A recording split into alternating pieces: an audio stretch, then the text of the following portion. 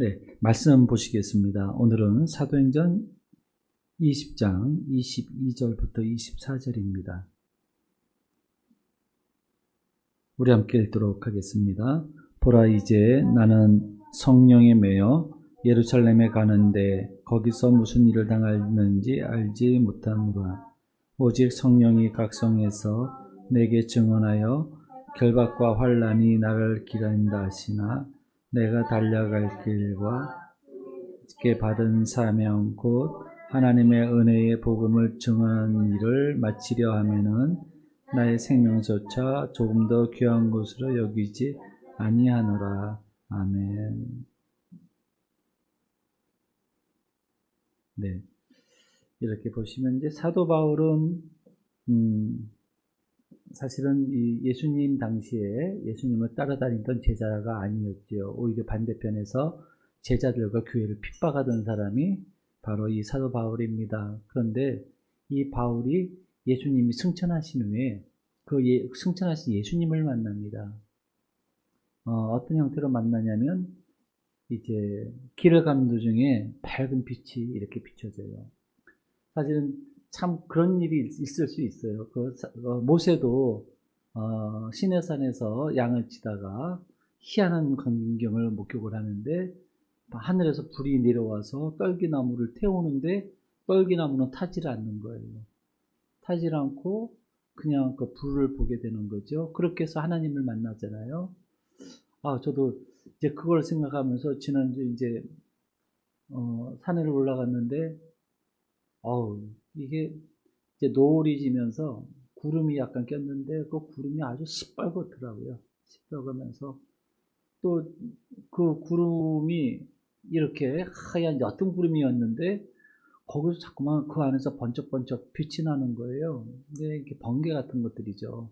그 안에서 이제 그 충돌이 나는 거죠. 그러니까 이제 번쩍번쩍 일어나는 것 같은데 제가 보기에는 진짜 나도 이렇게라도 해서 좀 하나님을 좀 만났으면 좋겠다, 이제 이런 생각을 좀 해본 적이 있습니다. 그런데 어찌됐든 길을 가는 가운데 예수의 밝은 빛이 비춰지면서 눈이 멀어버리잖아요. 눈이 멀어버리고, 그리고 다른 사람들은 그냥 천둥 소리만 듣는데 그 천둥 소리가 사실은 예수님의 음성이었잖아요. 근데 그 음성이 사도 바울에게만 정확하게 들리는 거예요. 하나님의 음성이, 예수님의 음성이. 그렇게 예수님을 만났어요, 사도 바울이. 이렇게 만났는데 사실 사도 바울은 예수님께서 택하신 이방인을 위하여 예비된 그릇이다, 이렇게 예수님이 말씀하셨잖아요. 그러니까 이방인에게 복음을 증거하기 위해서 하나님께서 한 사람을 택하셨는데 그게 이제 사도 바울이었던 거예요. 그런데 너무나도 놀라운 거는 사도 바울이 그렇게 예수님을 만나고 거기서 이제 예수님한테 이제 그 얘기를 들어요. 네가 왜 나를 핍박하느냐, 이 얘기를 들어요. 그러니까 이제 사도 바울은 완전히 정신이 나간 상태죠. 이게 감당할 수 없는 엄청난 위험 있는 목소리가 들리는데 그 음성의 주인이 하는 얘기가 네가 나를 핍박한다고 하니까는 이거는 감당이 안 되는 거예요. 사도 바울 입장에서는. 이게 도대체 무슨 말씀입니까? 제가 언제 주님을 핍박했습니까? 그랬더니 네가 교회를 핍박하지 않았느냐. 그게 나를 핍박하는 거다. 예수님께서 또 이렇게 말씀하시죠. 비유로 양과 염소. 너희가 내가 굶주릴 때 나에게 먹을 것을 주었고 내가 헐벗어 추울 때 너희가 입을 옷을 주었다. 그랬더니 사람들이 뭐라 그래요? 주님, 언제 우리가 주님한테 먹을 것을 드렸으며 언제 우리가 주님께 옷을 드렸습니까? 그랬더니 하시는 말씀이 굶주린 자에게 먹을 것을 주는 것이 나에게 한 것이고 헐벗은 자에게 옷을 입혀주는 것이 나에게 한 것입니다. 이렇게 말씀하셨어요.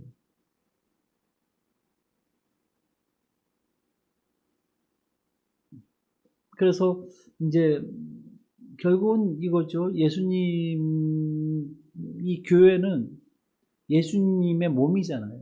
교회는 예수님의 몸이잖아요. 그러니까 예수님을 핍박하는 거나 마찬가지라는 거죠. 그 이야기를 듣고 사도 바울이 정신이 활짝 놀라서 이제 그때 이제 회심을 하게 됩니다.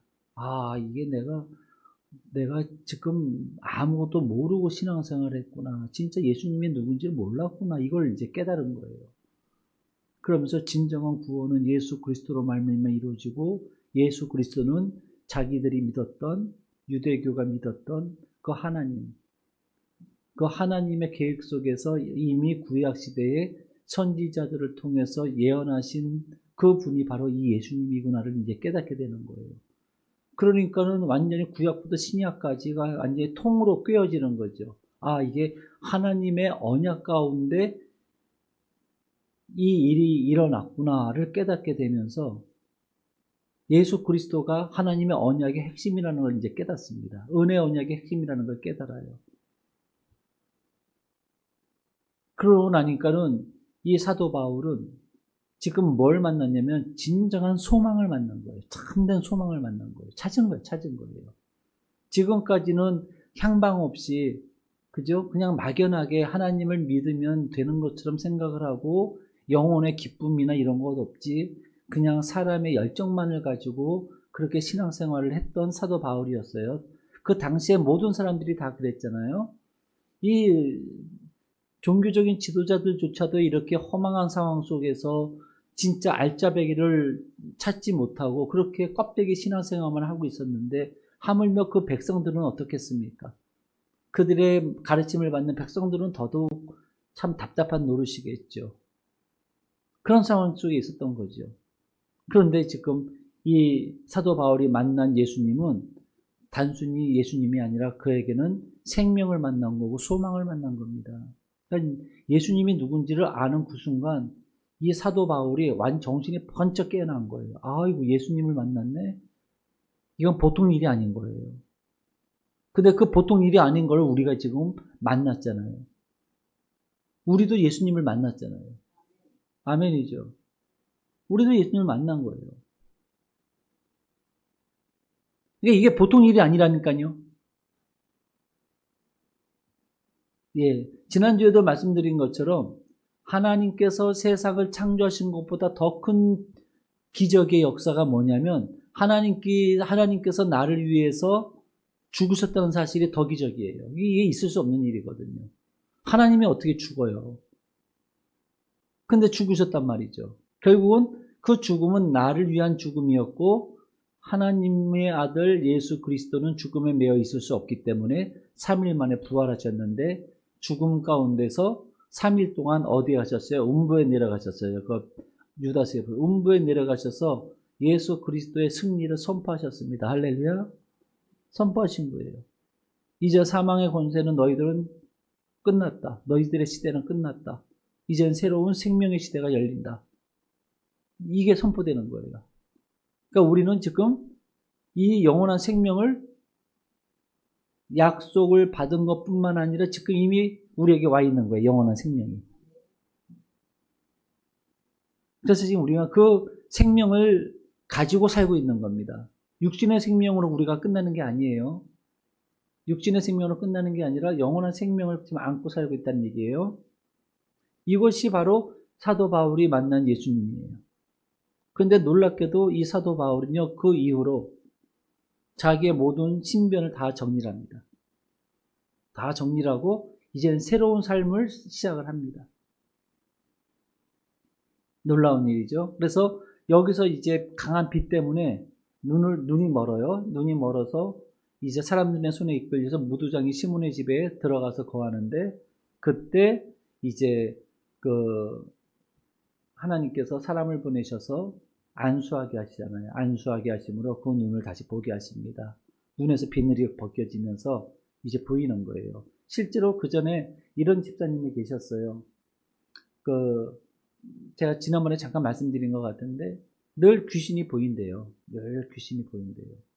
어떤 목사님은요, 너무 이게 능력을 사모하다 보니까는 이게 귀신이 그냥 길 가다가도 귀신이 있는 게 다 보인대요. 심지어는 만나는 사람 막 머리에도 앉아있고 귀신이 어깨에도 앉아있고 이렇게 보이더래요. 그래서 큰일 났잖아요. 귀신이 붙어 다니는데 그거 그거 안 되잖아요. 그래서 아유, 당신 지금 어깨에 귀신 붙어 있습니다. 사람들이 놀래가지고 다 도망가더래요. 그리고 심지어는 어떤 사람들은 뭐 이런 사람이 다 있냐 그러면서 욕을 하고 지나가고. 그렇죠. 멀쩡하게 살고 있는데 자기 나름대로는 자기 몸에 귀신이 붙어 있다고 하니까 이건 뭐 무당도 아니고 도대체가 이게 너무 이게 힘든 거예요. 그래서 기도를 했대요. 하나님, 다시 원하는데 안 보이게 해달라고. 다시 기도를 했대요. 너무 고통스럽더래요. 귀신을 보고 싶지 않아도 보이니까. 길거리에 지금 나가보시면은요, 왜 그런 거 있어요. 사람이 무덤가에 밤에 지나가면 무서워서도 소름이 돋지만은 실제로 그 기운이 있단 말이죠. 그걸 느끼는 거예요. 우리 몸은 살짝 느끼는 거예요, 그거를. 여러분 한번 보세요. 어느 순간인가 어두운 길을 걸어가다가 어느 지점에 딱 가면은요, 소름이 딱 돋을 때가 있어요. 제가 옛날에 연평리 쪽에 살 때 그 뒤에 산이 있어요. 한 번도 안 가봤어요. 그건 야산이에요, 야산. 그래서 한 번은 이제 그 뒤에 야산을 올라가는데, 이제 저는 이제 산에 올라가서 오랫동안 이제 기도도 하고 이랬던 사람이라, 그리고 또 산에 대한 특별히 두려움이 없어요. 그런데 산에 올라가는데요. 그리고 나서 이제 거기서 기도하려고. 와, 기도하려는데요. 장난이 아닌 거예요. 막 머리끝부터 발끝까지 온몸에 소름이 쫙 돋고요. 온몸에 털이 다 서는 것 같아요. 막. 얼마나 막, 소름이 돋는지요. 틀려요. 다른 데하고 틀려. 그래가지고, 거기서 죽기 살기로 또 기도를 한 거예요. 막. 한참을 기도를 했더니, 마음이 편안해지면서 기분이 편안해지더라고요. 이게 뭐냐면요. 사람은 영적인 존재이기 때문에 느껴요, 그거를. 근데 저희 누구예요? 저희 전에 집사님이 됐던, 이게 보이는 거예요. 보이는. 그런 분들이 있어요. 보이는 분들이 있단 말이죠. 근데 이 집사님이 예수님을 만나고 나서 그전에는 그냥 심심풀이로 땅콩으로 교회를 나왔었는데 본인의 삶에 심각한 문제가 생기면서 이 자기가 가지고 있는 생각들, 삶 모든 것들이 와장창창 깨지기 시작을 하면서 그러면서 하나님께서 구원의 길로 인도해 주시는데 결국은 그분이 예수님을 만났어요. 그리고 나서 어느 순간인가 이분이 하는 얘기가 목사님 이제는 안 보여요. 이제는 안 보인대요. 귀신들이 안 보인대요. 살 것 같대요. 그리고 마음이 편안하대요. 그냥 눈을 감으면 그전에는 그냥 눈을 감건 뜨건 시커먼 귀신들이 막 여기저기 있는 게 보였는데 그분 전직 직업이 무당이었거든요. 그러니까 진짜 무당인 거예요. 이분 보니까. 막 그게 보이니까. 그런데 그게 예수님을 만나면서 귀신이 안 보이고 이제는 밝은 천사들이 보이고 밝은 빛이 보인다는 거예요. 할렐루야. 사도 바울이 그동안 어리석음에 눈이 가려서 예수님과 하나님의 말씀을 알지 못하다가 예수님을 만나면서 눈에 비늘이 덮이고 그 비늘이 걷히면서 새로운 세상을 보게 됩니다. 할렐루야. 우리들도 그렇게 되기를 원합니다. 이제는 우리의 눈이 열려지기를 원하는 거예요. 열려져서 하나님의 말씀이 보이고 예수 그리스도를 통해서 주어질 세상이 보이기를 원합니다. 그게 보여야 돼요. 그게 느껴져야 돼요. 새로운 세상이 느껴져야 돼요. 그래야 우리가 신앙생활을 할 때 기쁘게 자원하는 마음으로 신앙생활을 할 수가 있어요.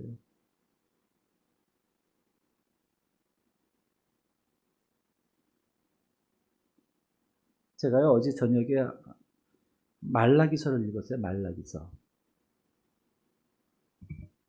말라기서를 읽는데, 설교를 준비하다가 말라기서가 갑자기 확 눈에 들어오더라고요. 어제 저녁에. 그래서 말라기서를 1장부터 4장까지를 한 3번을 읽었어요. 근데 깊이 묵상하는 가운데 이런 말씀이 있더라고요.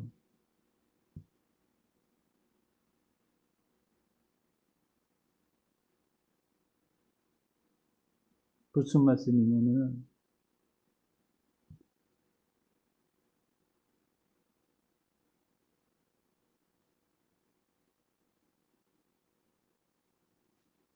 이스라엘 백성들이 하나님 앞에 이제 패역한 일을 하면서 1장 13절에 이런 말씀이 있어요. 말라기서. 만군의 여호와가 이르노라 너희가 또 말하기를 이 일이 얼마나 번거로운고 하며 코웃음치고 훔친 물건과 저는 것 병든 것을 가져왔느니라. 너희가 이같이 봉헌물을 가져오니 내가 그것을 너희 손에서 받겠느냐? 이는 여호와의 말이니라. 그러니까는 하나님의 말씀대로 행하는 것이 번거롭다는 거예요. 번거롭고 힘들어서 못하겠다는 거예요. 그러면서 코웃음을 치는 거. 하나님께서 말씀하셔도 이게 귀찮은 거 우리가 왜 해야 돼? 내가 하기 싫은 거 이거 왜 해야 돼? 하면서 하나님의 말씀을 코웃음 치면서 듣지 않고 자기 편한 대로 그냥 그 성전에 들어가서 뭘 샀어요? 옛날에 하나님 앞에 드릴 제물을 거기서 팔았잖아요. 소나 염소나 양을 팔았잖아요. 근데 그 파는 소나 염소나 양이 어떤 거였어요? 다 흠 있는 거였어요. 상품 가치가 없는 것들. 그래 놓고 나서는 정상적인 온전한 소, 양, 염소의 가격을 받는 거죠. 그러니 거기서 이 사람들은 이득을 취하는 거예요. 그럼 한번 보자고요. 옛날에 하나님 앞에 나아가서 재물을 가지고 나가야 되는데, 번제물을 가지고 나가야 되는데, 돈 있는 사람들은 소나 양을 가져가겠지만, 이제 돈 없는 사람들은 이제 새를 이제 가져가잖아요. 비둘기 같은 거. 가져가서 이제, 제물로 이제 드리면 제사장이 그것을 잡아가지고 피를 뿌리고, 그걸 번제 땅에서 이게 해부를 해가지고, 이제 다 태우는 거잖아요. 그죠? 지방을 다 태워요. 이제 그것이 제물인데, 자, 이스라엘 백성들이 뭐라고 그래요? 하나님 앞에 어떤 걸 드려야 돼요? 가장 온전한 걸 드려야 되잖아요. 근데 이들은 뭐예요? 그걸 온전한 걸로 살라니 찾을 수도 없고 엄청 비싸기도 하고. 근데 그것을 자기들이 살고 있는 데서 가져가면 가져갈 수는 있어요. 근데 그걸 가져오기가 번거로운 거예요. 귀찮은 거예요. 그러니까 예루살렘 성전에 가면 거기서 파는 사람들이 있으니까는 그냥 거기서 사자 이렇게 되는 거예요. 근데 그 재물들이 병든 것, 저는 것, 상처 입은 것들이에요. 다. 온전한 게 없어요. 그러니까는 하나님께서 하시는 말씀이 이 일이 얼마나 번거로운고 하며 코웃음치고 훔친 물건과 저는 것, 병든 것을 가져왔느니라. 자기 돈 주고도 안 사요. 남에게 사기쳐가지고 이렇게 공짜로 얻은 돈으로 그냥 그걸 하는 거예요. 내 돈 주기 아깝다는 거죠. 내 돈 주고 사서 바치기 아깝다는 거예요.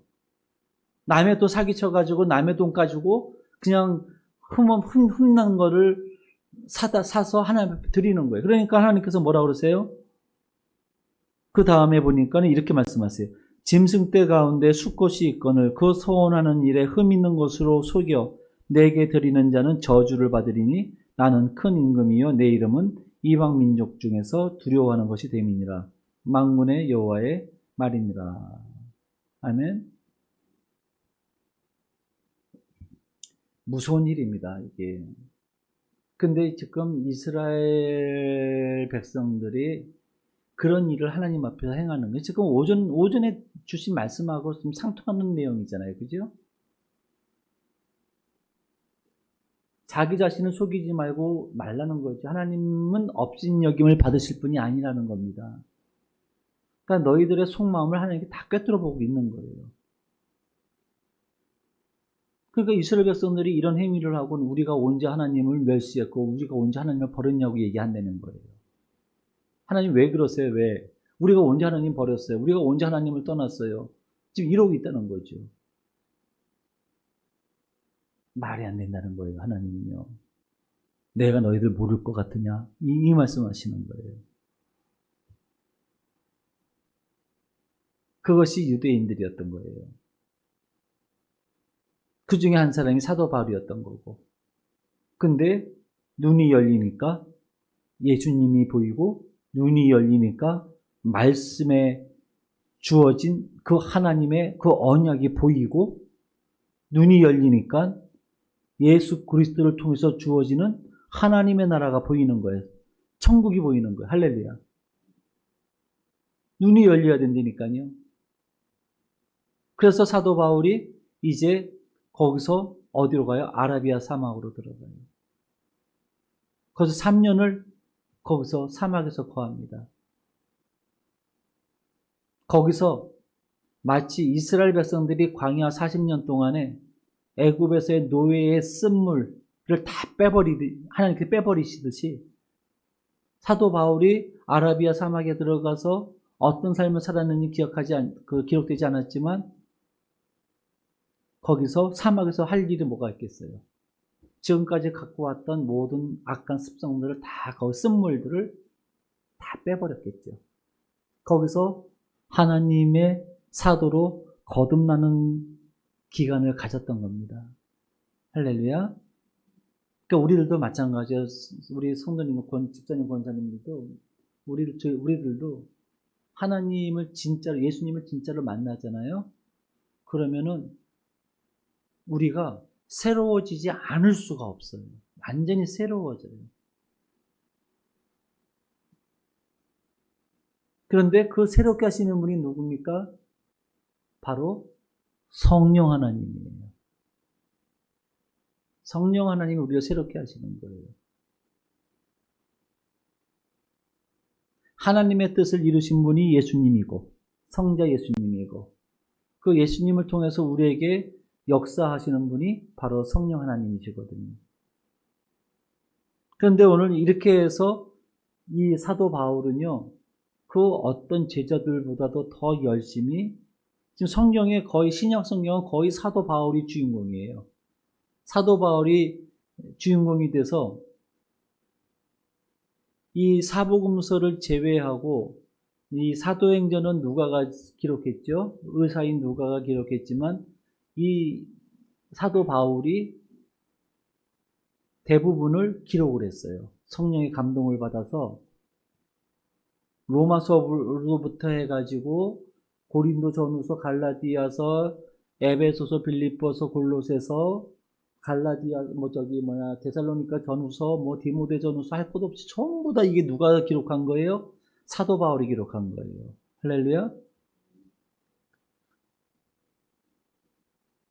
사도 바울이 근데 이 사도 바울이 뭐라고 얘기를 하냐면, 그렇게 예수님을 만났어요. 만나고 나서 이제 밀레도에서 에베소 장로들을 만나서 하는 얘기가 뭐냐면, 이제 나는 예루살렘으로 간다는 거예요.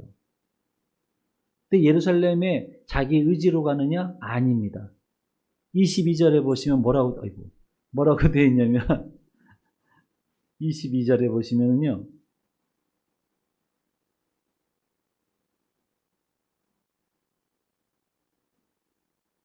한번 읽어볼까요?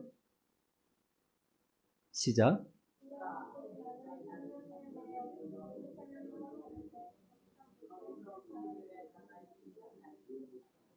아멘. 그게 무슨 얘기냐면은 여기서 사도행전을 무슨 행전이라 별칭이 있어요. 사도행전은 사도들의 행전이에요. 그야말로 사도들이 그 복음을 증언하는 일을 전하는 것을 기록한 것이 사도행전이거든요. 그런데 이 사도행전의 별칭이 뭐냐면, 사도들은 그들의 뜻대로 의지대로 한 것이 아니라 바로 성령의 인도하심을 받아서 그러한 일들을 했다는 겁니다. 그래서 사도행전을 성령행전이다 이렇게 얘기를 합니다. 성령행전이다. 왜 성령행전이냐? 사도행전 1장에 보시면 그러한 내용이 이미 기록이 되어져 있어요. 사도행전 1장 8절에 잘 아시는 것처럼 오직 성령이 너희에게 임하시면 너희가 권능을 받고 예루살렘과 온 유대와 사마리아와 땅끝까지 이르러 내 증인이 되리라. 내 증인이 되리라. 누가 임하시면? 성령이 임하시면. 그러니까 성령이 임하시면 성령의 이끄심을 따라서 복음의 증인의 삶을 살게 되어 있다는 거예요. 그래서 사도 바울이 한 얘기가 너희 속에 성령을 소멸치 말라고 말씀하세요. 성령을 소멸치 말라. 성령이 우리 안에 성령을 소멸하게 되면 신앙생활은 사형 선고를 받은 거나 다른 바가 없습니다. 성령이 우리 안에 소멸이 되면 육체의 삶을 살게 되는 거예요. 구원받은 의미가 없어요. 그냥 내 멋대로 사는 거예요.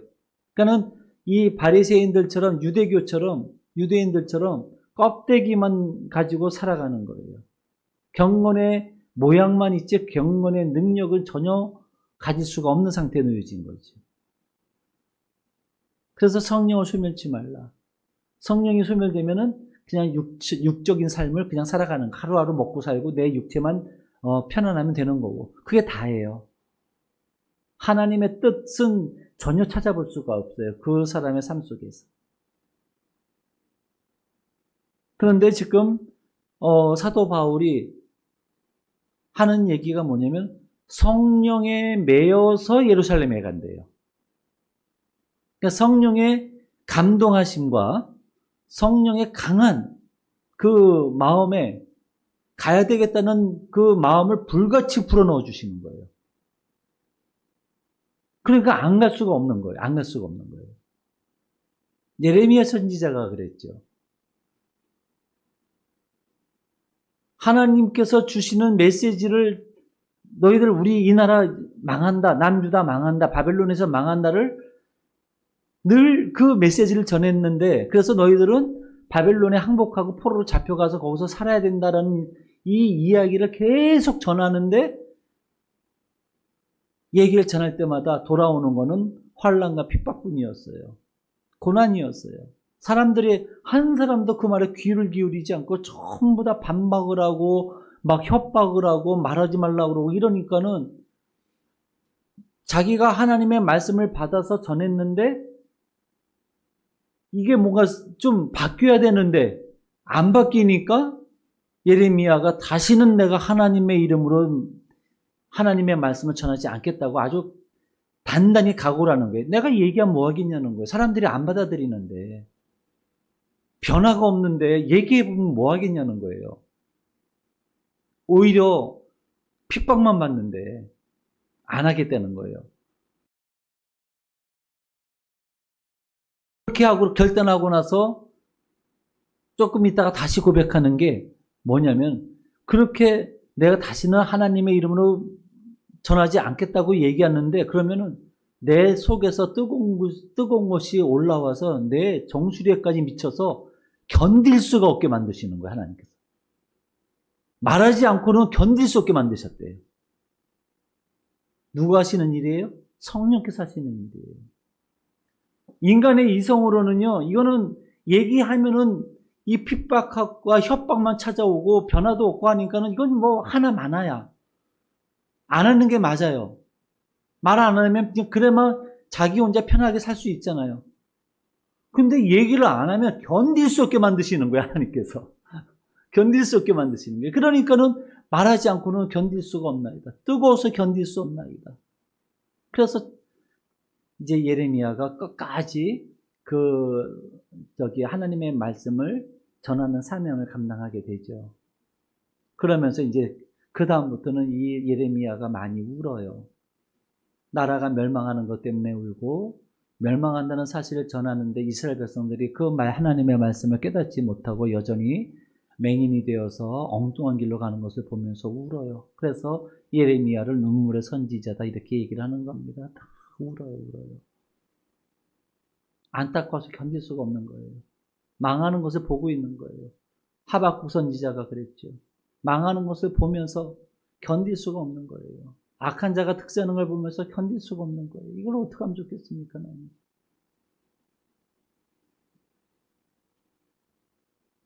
그러니까는 이 사도 바울이 예루살렘에 들어가는 게 본인의 생각이 아니라 강하게 성령께서 감동을 주셔서 안 가면 안 되게끔 강하게 불러일으키는 거예요. 근데 성령 하나님께서 사도 바울에게 뭐라고 말씀하시냐면 23절이죠. 23절 한번 볼까요? 우리 한번 읽겠습니다. 시작.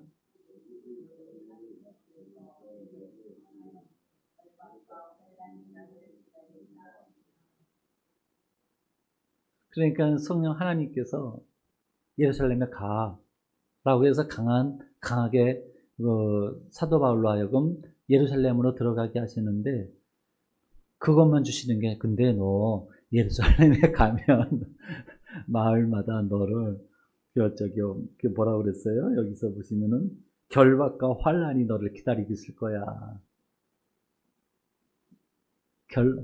결박과 환란이 기다리고 있다는 얘기 뭐죠?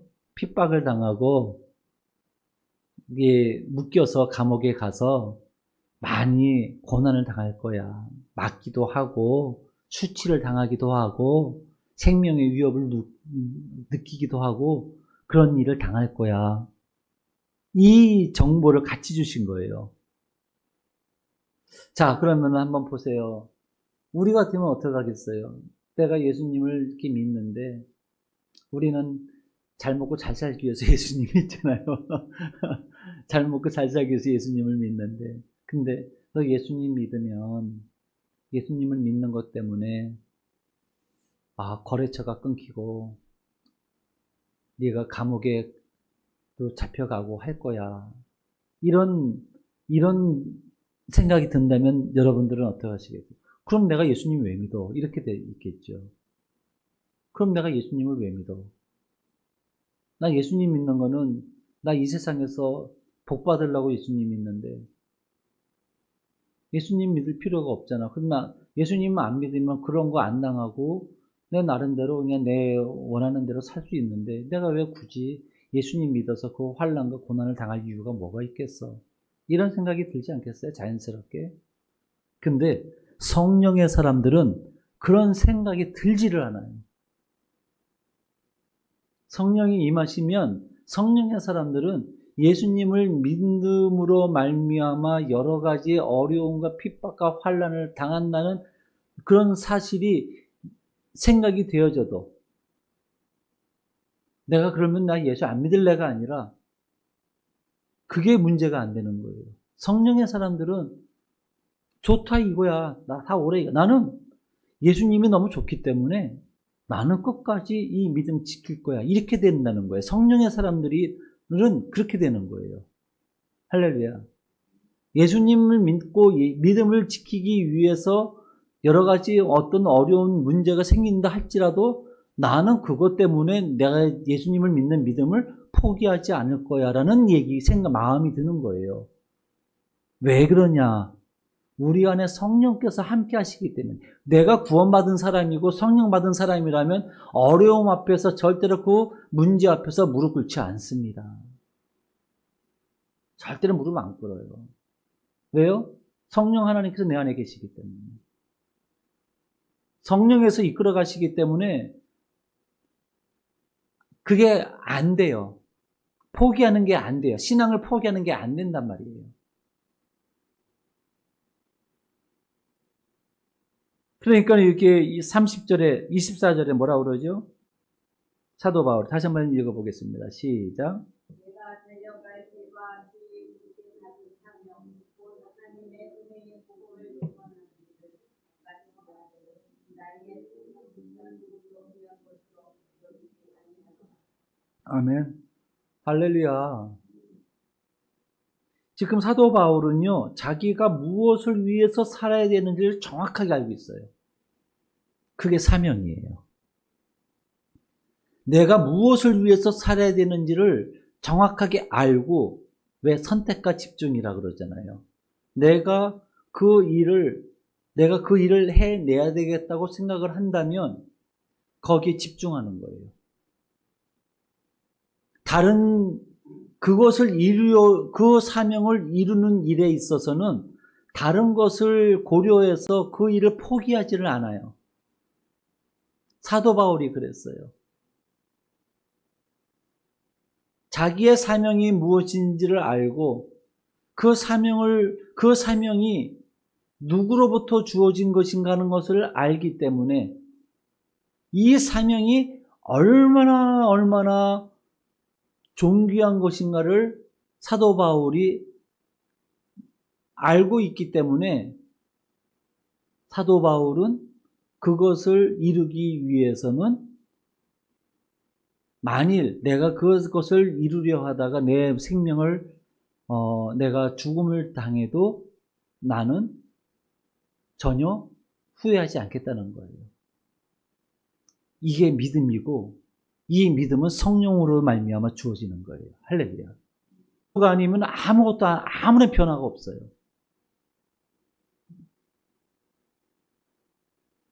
내가 예수님을 믿는 이유예요.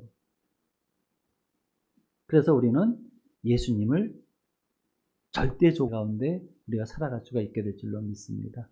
기도하겠습니다.